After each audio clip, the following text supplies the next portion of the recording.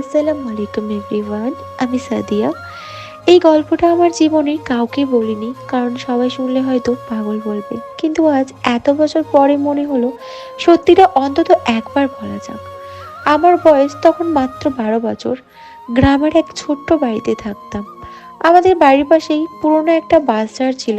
তার ঠিক পিছনে ছিল বিশাল একটা কবরস্থান। ছোটবেলা থেকেই বলতো সন্ধ্যা 7টার পর ওদিকে যেন না যায়, কিন্তু কেন জানি না আমার সবসময় মনে হতো কেউ যেন আমাকে ওদিক থেকে ডাকছে। এক পূর্ণিমার রাতে হঠাৎ ঘুম ভেঙে গেল।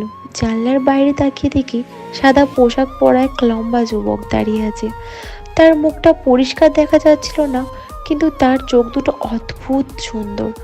ভয় পাওয়া বদলে আমার মনে হলো যেন অনেক দিনের পরিচিত কেউ আমাকে দেখতে এসেছে। সে রাতের পর থেকে সে প্রায় প্রতিদিনই আসতো। কখনো জানলার নিচে দাঁড়িয়ে থাকতো, কখনো দূর থেকে বাস স্ট্যান্ডের পাশে। আমি চুপচাপ জানলার পাশে বসে থাকতাম, আর সে নীরবে আমার দিকে তাকিয়ে থাকতো। একদিন সাহস করে বাইরে বেরিয়ে গেলাম। সে প্রথমবার আমার সঙ্গে কথা বলল। তুমি এসেছো? আমি অবাক হয়ে বললাম, তুমি কে? সে মৃদু হেসে বলল, আমি মানুষ নয়, আমি জিন।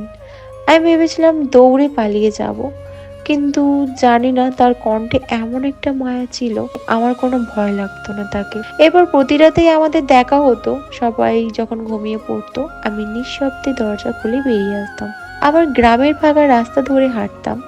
কখনো নদীর ধারে বসে চাঁদ দেখতাম, কখনো বিশাল আম গাছের নিচে ঘন্টার পর ঘন্টা গল্প করতাম। সে আমাকে এমন সব গল্প শোনাতো যেসব পৃথিবীর কোনো মানুষ জানে না।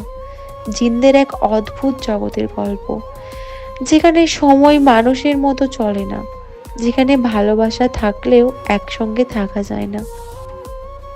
এই গল্পের পার্ট 2 কালকে আপলোড হবে। তোমরা আমার আইডিতে নজর রাখো, তাহলে দেখতে পাবে। আল্লাহ হাফেজ।